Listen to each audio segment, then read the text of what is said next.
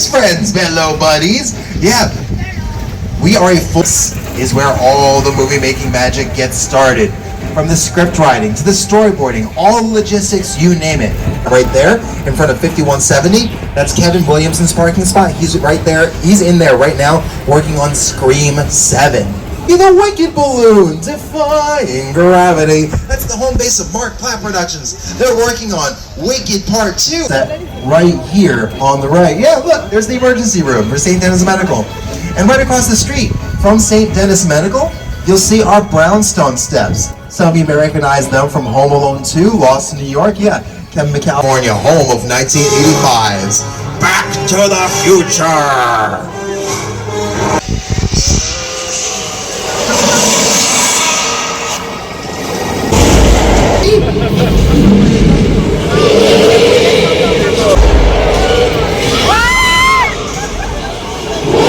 For you Netflix fans, this is also the afterlife. Welcome to the good place, everybody. It actually has a second floor in case you want to come down street level. Oh, there's the second floor right now! Oh no! Even our trucks here are green, his skin is universal, and fire is orange and red. We forget to sit down to talk about the war of the world. I thought, what?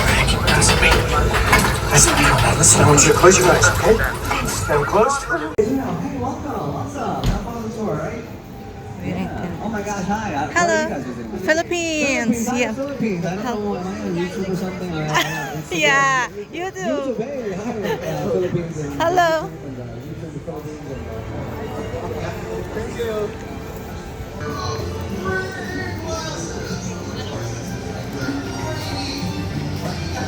Co-hosting this tour with me is the best driver in the biz. Her name is Monica! Give it up for Monica! Monica's gonna make sure we don't have to walk all of that. 400 acres and 110 years of history. We also have a third co-host. He's the host of The Tonight Show, and that's my jam. Here he is, Jimmy Fallon. Oh, hey there! You made it! Welcome to the Universal Studio Tour. I'm Jimmy Fallon. I'll be making sure that you get through this experience in one piece. You've got the very best guide. Patrick! And the greatest driver. Monica. They're the best. I love them. Even though Patrick! owes me $5. Wait, what? I know you guys are excited to get on the tour, but first, a few safety rules. That's right, Jimmy. We have just a few rules to go over. First and foremost, if you have a medical emergency, drop something of value, or have any sound or video issues, please reach up and grab that red E-cord that runs along the center of the ceiling of the tram. I'll be back to assist you as soon as it's safe to do so. Otherwise, during the whole tour, please stay seated and keep your arms and legs inside the vehicle at all times. Remember to use that red cord in case there is any emergency. And of course, please no smoking of any kind. That means you too, Frankie, so be prepared. Our tour today features loud noises, fire effects, sudden tram movements, and many water effects. In fact, you want to have your cameras out, create 4 opportunities, but keep an eye on them so they do not get wet. Finally, for your safety and those around you, please no selfie sticks while you're on board the Universal Studios tour. We're finally rolling down past the theme park into the biggest working movie studio in Los Angeles, if not the world. Yeah, we're still a movie studio, everybody. We just have the theme park attached. In fact, if you look off to your left, we're building a brand new roller coaster, Fast and the Furious Hollywood Drift. Mechanically speaking, the roller coaster, the cars aren't just going to go straight, they are actually going to drift with the turns. They're actually on their own independent gyros, and it's built specifically for sound in the studio. Yes, basically when you're going around the loops and stuff like that, instead of screaming down the mountain into the studio, it's going to have you geared so you're facing upwards, screaming into the sky. Yeah, it's gonna be fantastic. In fact, we're a full city dedicated to making movies. As you see, we have our own fire department. We got 3 Starbucks and a Hot Topic, our own zip code, and our own mayor. And this whole crazy dream of a city dedicated to making movies all started with our founder, Carl Laemmle. One day, all the way back in 1909, he straight up quit his job as a retail worker when on that same day, he walked into a theater to see a movie for the very first time and was blown away so much so by the whole experience, he vowed to dedicate the rest of his life to making films. Fast forward to 1912, he and his buddies got together and bought this massive lot. It was a 200-acre chicken ranch, but has since then exploded into the 400-acre city you see right here. Complete with its own sound stages. That's right. Over here on our left side, that's Soundstage 12. It was the home of The Voice. for 20 seasons, but has also been Frankenstein's Lab, Dracula's Castle, and the Welcome Center for Jurassic Park. Take a look.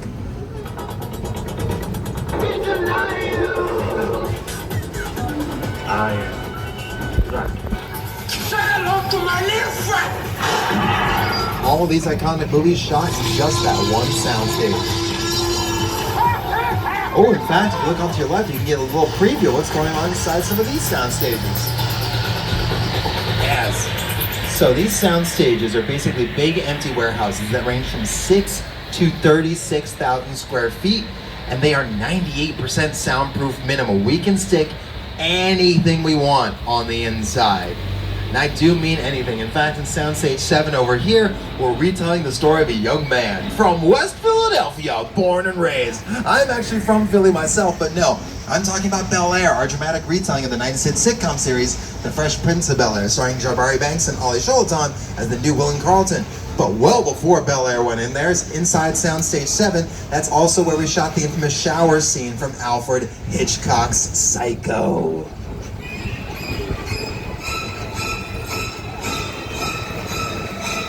Yeah, right in there. You can go as small as a shower to as massive as a dinosaur-infested jungle, just like they did for Jurassic Park, here on the left in Soundstage 14. That's where we shot a few key scenes for the movie, including the scene where the kids are getting sneezed on by the Brachiosaurus. Bless you! That was all right in there.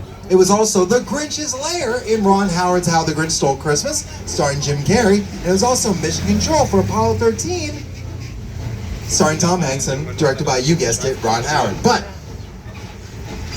when I say we can control every aspect of the environment in these sound stages, I really do mean it. In 14, that is also where we had the Arctic Research Center for John Carpenter's The Thing, based off the Stephen King book of the same name. The actors and the crew complained that it was so cold inside that that the air conditioning was so cold inside that sound stage. They said it was colder being in that building than it was when they were on location filming in the Arctic. Yeah. John Carpenter didn't just want his actors to act cold, he wanted everyone to actually be cold. And oh, if you look on your right now, you should see a few Minions friends. Hello, buddies. Yeah. We are a full rental facility for everyone here in Hollywood. Warner Brothers is our neighbor. Disney's right behind them. Paramount is just over the hill in front of the Hollywood sign, with Fox and Sony just a 20-minute drive away from them.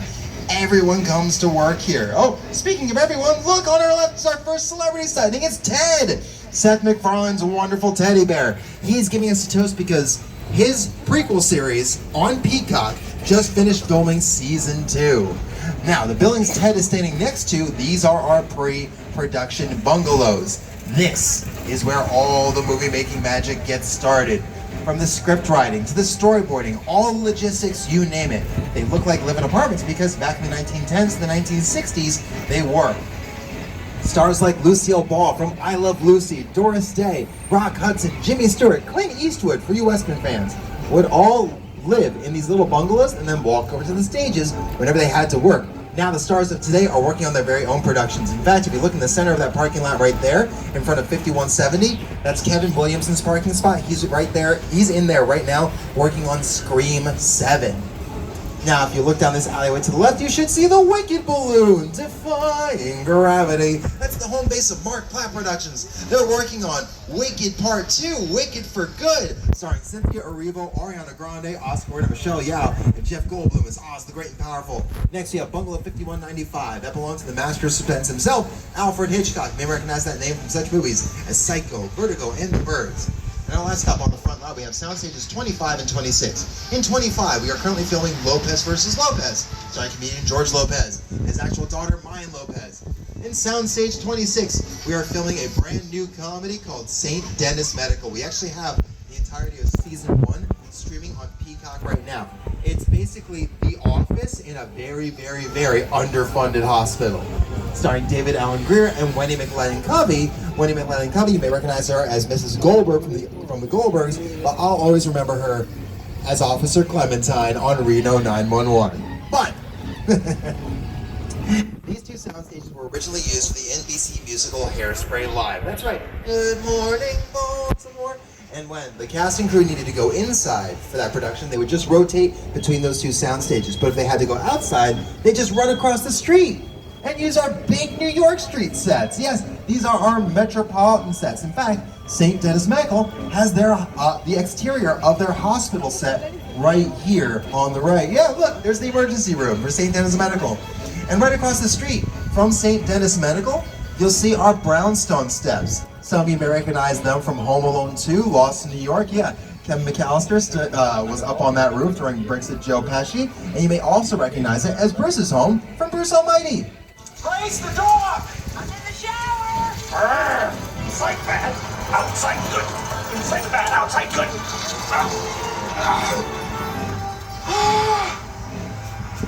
Oh, you're done now. Great. B-E-A-U. That's a good thing Monica can only take this tram up to about 8 miles an hour instead of 88 miles an hour, because if you look off to your left, we are in one of the most iconic filming locations of all time. We here at the Studio Tour call this place Courthouse Square, but you may recognize it as Hill Valley, California, home of 1985's Back to the Future. Oh, we have our next celebrity signing. Look, it's Ryan Gosling. But yes, that is actually the iconic courthouse from Back to the Future. Some of you may realize that, hey, where are the iconic columns? Well, this location actually became too iconic to film in.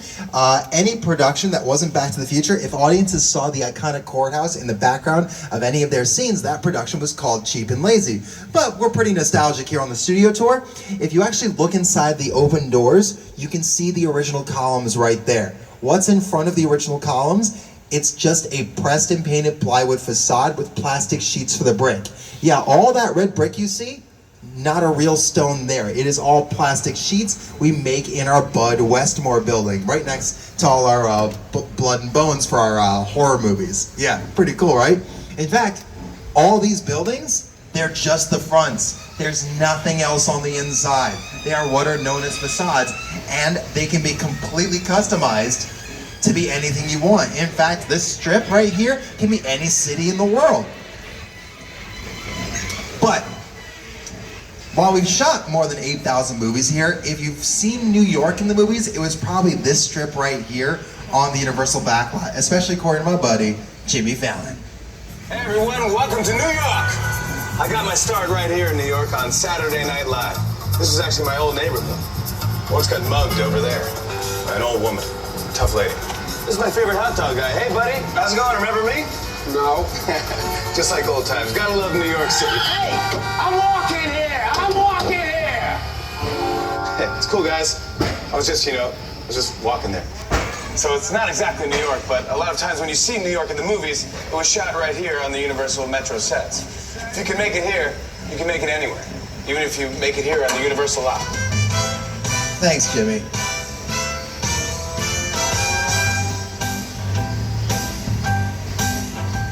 Now, the reason production companies come here is because if you rented out an actual street in New York, you'd have to put all the people in their apartments on that street in the Airbnbs and then give all the businesses there what they would have made when you're filming there. So if you're there for a month, you have to pay that business individually for a month's worth of lost wages. You save a lot of money. Now, we're going away from the concrete jungle to an actual jungle with another one of my favorite directors, Peter Jackson. Oh, it's Wile E. Coyote. He's visiting from the Warner Brothers set. Hey, bud. I wanted to become No, don't go to Skull Island. There you go. Thank you, bud. Things that just take you away from your real life and sweep you up to the adventure. Kong literally does that. I mean, you're on board the ship, you're sailing to a lost island, you're encountering monsters and creatures from, prehistoric times. So I was thrilled when Universal invited me back to Skull Island, and it's great to have you along for the ride. Now, we have created this 3D immersive experience, so you're going to have your glasses ready. Don't put them on yet, but just have them in your hand because we're about to return to Skull Island. Thanks, Peter. All right, everybody. Things are going to get real bumpy here. Hold on to everything. Your bags, your backpacks, your purses, your wands, your wallets, your cell phones. And if you still have any open drinks, well, good luck. If you drop anything here, though, I can't get it for you. It belongs to King Kong until he goes to bed at 8 o'clock tonight. And then you might get whatever you dropped back in the condition you dropped it in. We just taught you a little bit about how we make the movies. Now you get to ride the movies. So let's get you, our stars, to your marks. Rolling, rolling, rolling. Sounds good. Lighting's perfect. Oh wait, actually, wardrobe. One last check. Okay, glasses on, everybody. We're back at Skull Island. Thank you, wardrobe. All right, and background and action.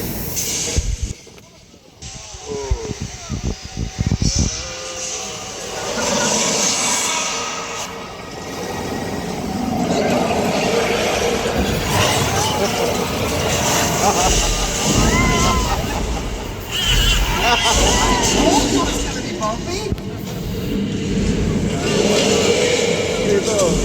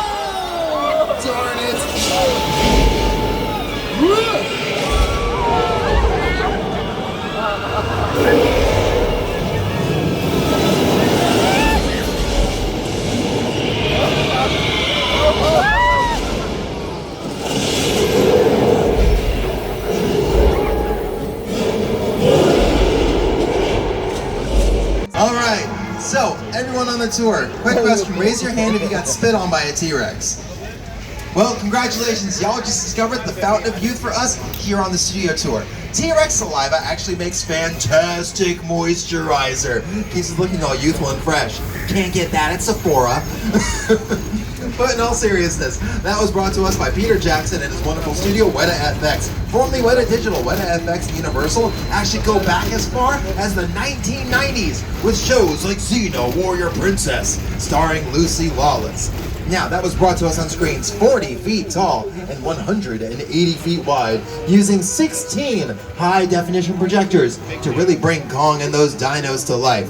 Peter Jackson and Weta FX are an award-winning studio duo known for their work on the Lord of the Rings series, the Hobbit trilogy, the Avatar series with James Cameron, many Marvel movies, many DC movies, and of course, Planet of the Apes.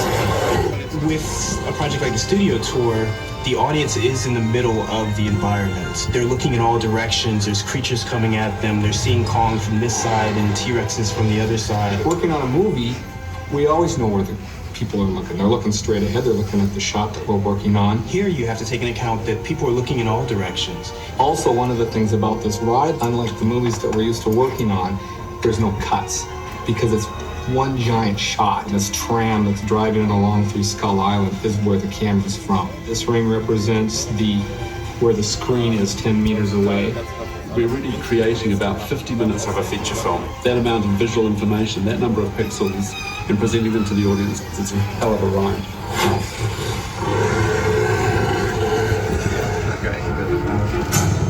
Now, before we had King Kong here on the Universal Lot, if you look to our right, we actually owe our studio to another group of monsters.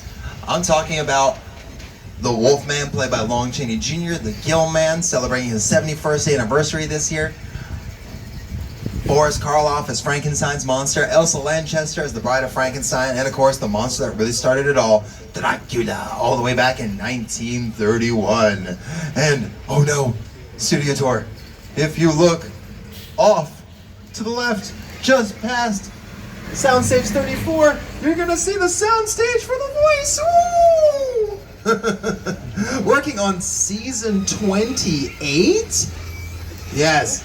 Now, one of the coolest things I love giving the studio tour is that if you want to be a live studio audience member for The Voice, America's Got Talent, Lopez vs. Lopez, and many others, you can actually sign up for free on oneiota.com. Yes, signing up is free. Tickets are free. They actually bring you here to the studio lot, and you're given a free lunch.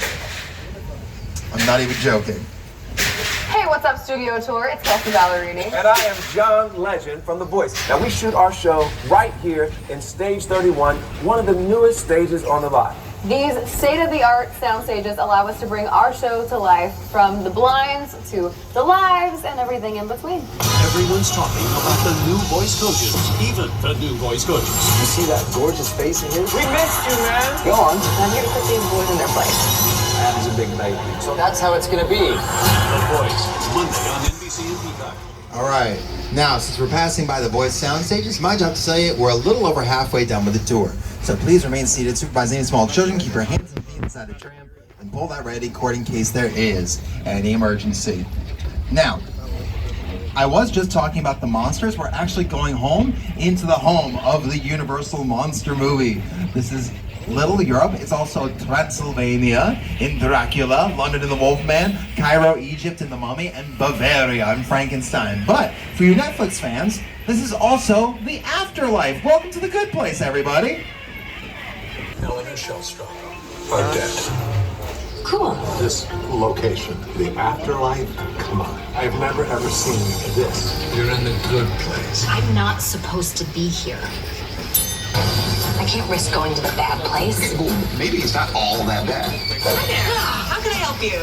What is the bad place like? Well, it doesn't sound awesome. Now, this is definitely Disney's favorite location to shoot here on the Universal lot. We're right now in Port Royal and Tortuga in Pirates of the Caribbean. We're also in the little-known country of Genovia, from The Princess Diaries to A Royal Engagement starring Anne Hathaway. Yeah, we're on the Princess Parade route, everybody. So feel free to practice your Queen's Wave. And for you Princess Diaries fans, I heard Princess Diaries 3 is in pre-production right now. We might get to see Queen Mia. Now, on our right side, that is our Court of Miracles. It was also the Enchanted Kingdom and Roger and Hammerstein's Cinderella, with Brandy as Cinderella, Paolo Montalban as the Prince, and Whitney Houston as the Fairy Godmother. But that Court of Miracles is also where we shot our very first Universal monster movie, The Hunchback of Notre Dame, all the way back in 1923. That spot marks 102 years of Universal horror movies. The monster, he's in the woods. Get out of that house. Bring on the men you can, lock the women indoors, and wait for me. Are you ready? Take your torches and go! Now, the reason we here at Universal love our monsters so much, not only did they save us from the Great Depression, we're also credited with bringing the horror movie genre to the Americas. Though performances like Boris Karloff's Frankenstein's Monster certainly helped.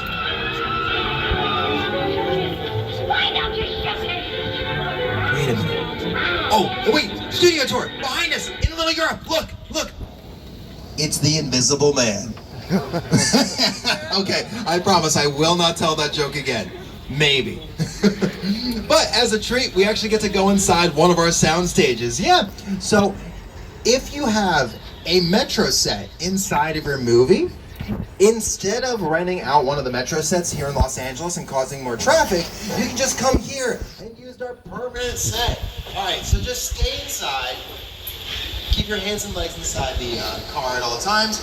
There's actually production going on here right now. As you can see, we got the studio lights. Looks like they're on their lunch break. They've probably been here since 5 a.m. Alright, ooh, okay. Ooh, looks like we are right in the middle of it. Okay, so over here on the left, we got hair, wardrobe, makeup, set design. Oh my goodness. Is everyone okay? Okay. All right, everyone. This is just a Monday in Hollywood. So we're gonna continue the tour. One of the cool things about the sound stage is that it actually has a second floor in case you want to come down street level. Oh, there's the second floor right now.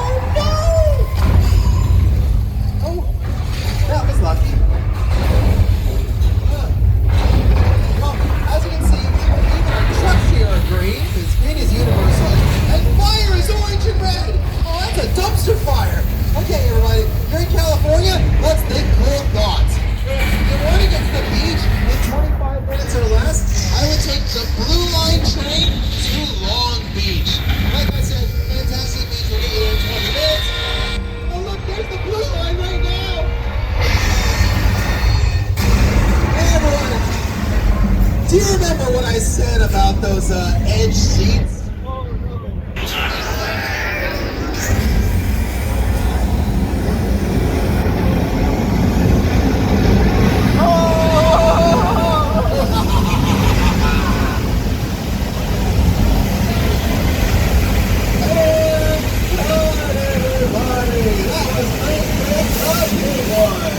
Let's go to the tour since 1989.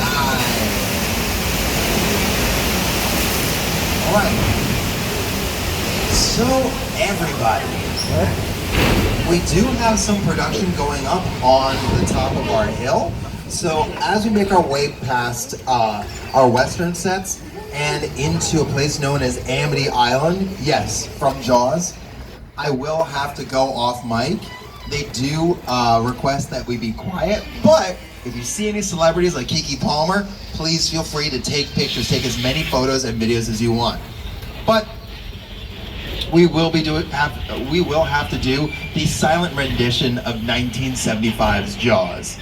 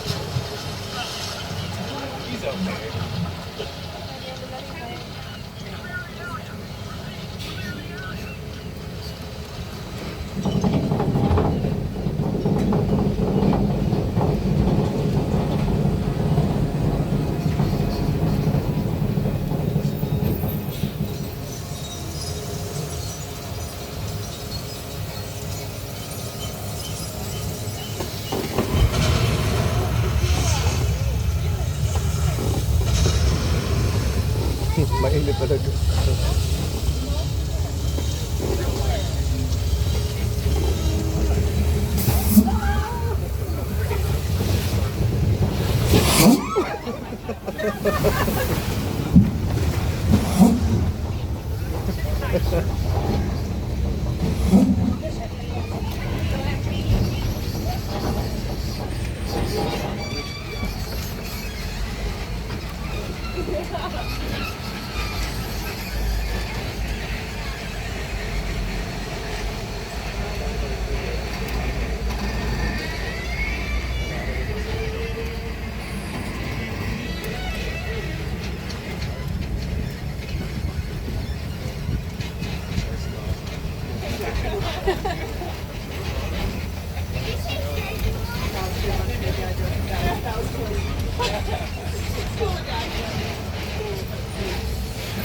All right, good job, everybody.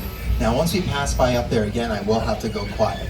But that was 1975's Jaws. Yeah, probably one of the most suspenseful movies ever made. And, oh, speaking of suspense, a way you can add suspense to your movies? Weather. Cue the thunder. Give it a sec. Yes, everybody, welcome to our Old Mexico weather simulator. I love this little voice command feature they added for the 60th anniversary. Okay, now what storm would be complete without a little rain? So let's cue rain. Give it a sec. There it goes. I love this little voice command feature, it's so cool. Okay, so for the sprinklers, usually they're backlit with floodlights, so you can actually see the rain on camera. All right, let's cue floodlights. Give it a sec. No, not thunder and lightning. Cue flood lights. Here, give me a sec. Monica, the Bluetooth's not working again. What do I do? Do I have to reset the whole thing? Yeah, hold on. Well, no, it's catching something. Oh, wait, it's the flood! Flood off! Flood off! Mamma mia, it's the flash flood! No, not Mamma mia! Flood off! Flood off!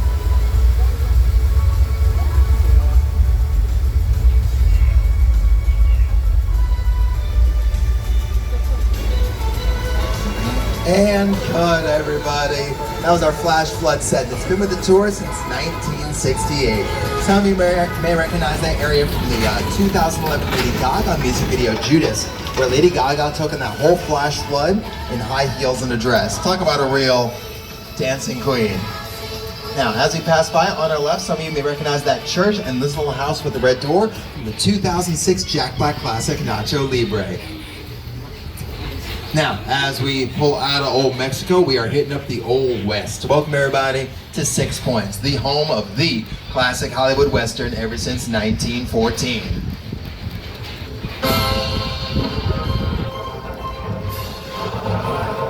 You're just gonna stir things up here. But I am.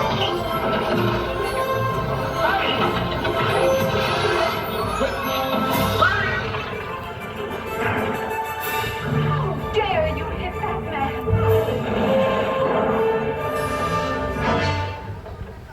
Mine hit the ground first. Mine was taller. That was John Wayne and Kirk Douglas in our 1967 classic War Wagon. Now, technically where we are right now is where the tour itself started. Back in 1915, our founder, Carl Laemmle, would actually invite the public here to watch all those cowboy movies being filmed. Yeah, for only 25 cents, you even a whole box lunch and a hard-boiled egg right from our chicken ranch, and sat on bleachers right out here, just outside camera view, where you can cheer on the good guys and boo the bad guys. That's because from 1914 up until 1927, we weren't recording sound. You could be as loud and as crazy as you wanted to be. All the rootin', all the tootin', all the shootin', all the explosions on 6 separate streets where you had 6 separate towns to shoot 6 separate cowboy movies at the exact same time. All right, so we're approaching that quiet zone again. So we're filming The Burbs with Keke Palmer on top of the hill, and down below on Elm Street, it looks like they're actually doing location scouting for Boot with Maya Rudolph. So definitely have your cameras out. But I will have to go off mic.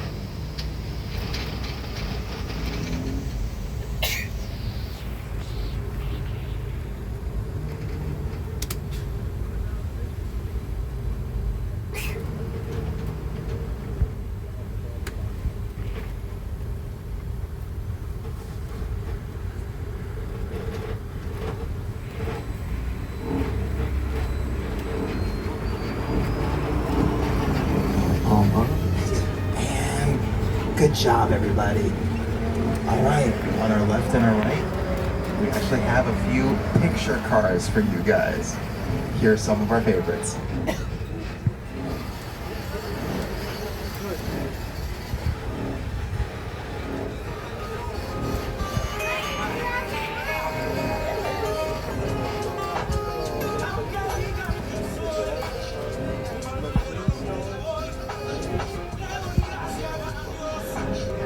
My personal favorites are the Fast and the Furious fleet over here on the left, including Dominic Toretto's iconic Black Dodge Charger and Paul Walker's not street legal Nissan Skyline.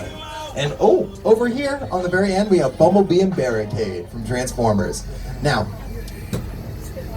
these cars are parked outside of a mother and son business. It's got 12 rooms, 12 vacancies. If you need a place, since you're out of town, I hear the showers are to die for. Welcome everybody to the Fates Motel and the original Psycho House from Alfred Hitchcock's 1960 classic, Psycho. We all go a little mad sometimes.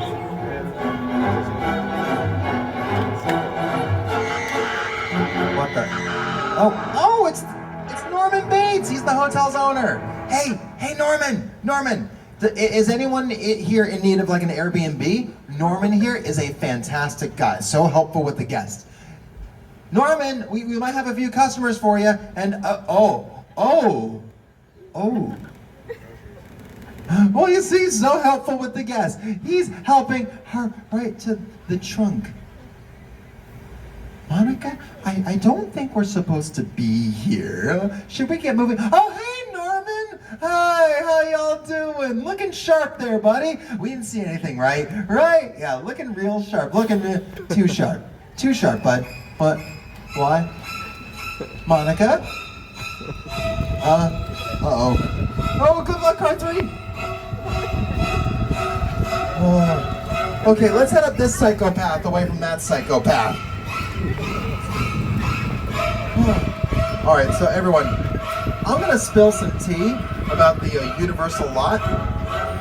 Norman's kind of mad at us. We've done a whole lot of work on the front of his property, but we haven't cleaned up his backyard in like 20 years. There's a whole plane crash back here. And it's not just any plane crash. Welcome to the plane crash from Steven Spielberg's War of the Worlds.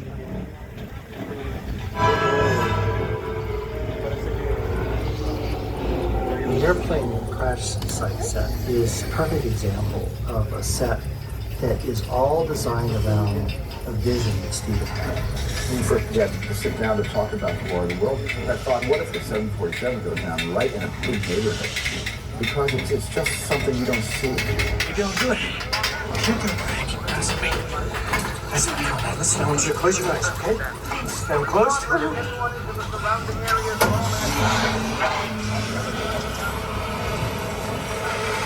Robbie, get in. Get in. So, everyone, for the first time on the tour, on your left, that is not Preston painted plywood or PVC pipe. That is, in fact, a real 747 they destroyed specifically for this production. Steven Spielberg and his Paramount team actually found this thing, decommissioned in a Mojave Desert airplane graveyard, and bought it at a steal for only $60,000. But War of the Worlds, secret project at the time. They had to, sneak this thing onto the backlot. So to get it here, they had to chop it up into those big chunks. They stuck those chunks on the massive flatbed trucks, removed the roofs so they could fit under all the California overpasses, and they did all of it in the dead of night. That whole process cost well over $200,000, and it just goes to show you, they will always get you on the shipping, every single time. All right, so we're moving away from one alien invasion to another, to the set of Jupiter's Claim from Jordan Peele's amazing movie, Nope. Movie magic only happens when a team of collaborators, often in the hundreds, work together to take an impossible notion and bring it to life. This is Jupiter's Claim, a nostalgic, small-time Southern California amusement park owned by former child star Ricky Juke Park.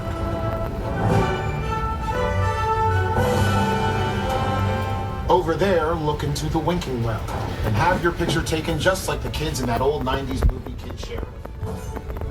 That's what this whole place is loosely based on. Remember that one? No?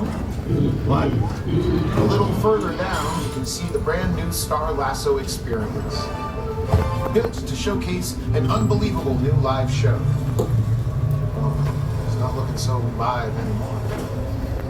Anyway, behind this Hollywood fantasy of a gold rush frontier town lies a sinister secret. Wait, what secret's that, Jordan? It is smack dab in the center of the UFO hotspot. What? Jordan? Wait, I'm losing you, bud. Welcome to the world of no. Oh no. Whatever you do, don't look up! Don't look up! Don't look up! No, don't do it! Don't look up, everybody!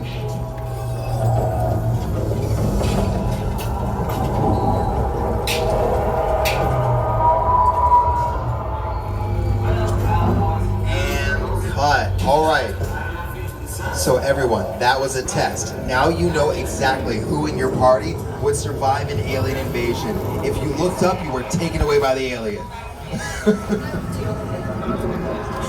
If you've never seen Nope, it's like Jaws in the sky. It's really, really good, but definitely not for young kids. There's a lot of ketchup everywhere.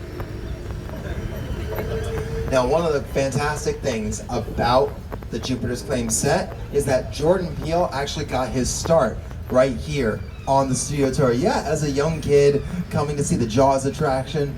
And now he has a permanent set right here on the Universal Backlot. So, like I said, if you right there in that blue seat want to become the next big director, superstar, prop master, costume designer, anything and everything, it's all right there. It's just a lot of hard work. Now, I know I told this to some of my people who got on the tram a little earlier, but Steven Spielberg also got his start in a similar way. He was on this tram, waited till no one was looking, and then actually hopped off when he was a young kid and was able to hide on this Universal Backlot for 3 days. Now, again, don't do that. Our security is way better than it was back in 1968. But the story actually doesn't end there. When Steven Spielberg was on the Backlot, he actually became a production assistant for a John Ford production. John Ford was one of the major directors back in the 60s alongside Alfred Hitchcock. You may not remember John Ford, but you might remember the star he directed, John Wayne. A lot of John Ford movies were also a lot of the John Wayne westerns that filmed right here on the Universal Backlot. And Steven Spielberg actually became a production assistant for a lot of those movies as his first couple jobs here on the lot. So yeah, if you watch an old John Ford, John Wayne movie and look through the credits, you might see production assistant Stevie Spielberg.